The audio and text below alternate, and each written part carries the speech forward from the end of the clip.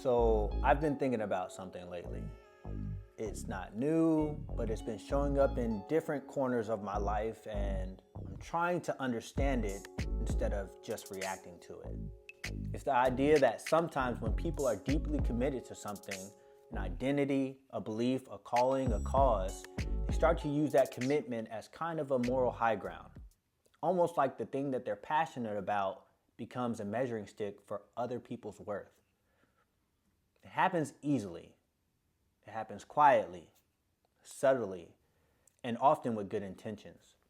Someone believes strongly in a system or a faith or a profession or a way of serving, and because it matters to them so much, they begin judging everyone else through that same lens.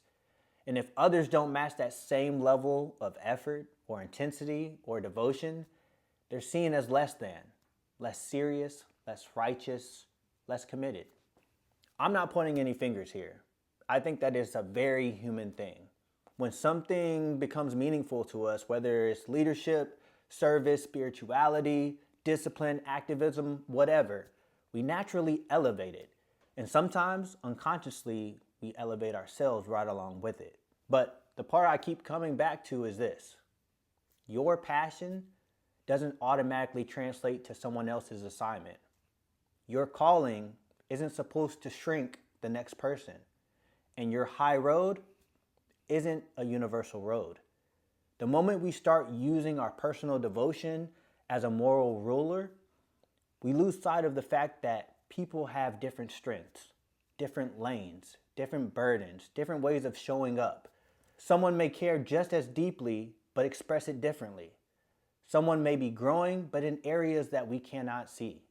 Someone may be contributing quietly in ways that don't earn them applause. And I'm realizing passion without humility becomes superiority. And superiority always disguises itself as righteousness.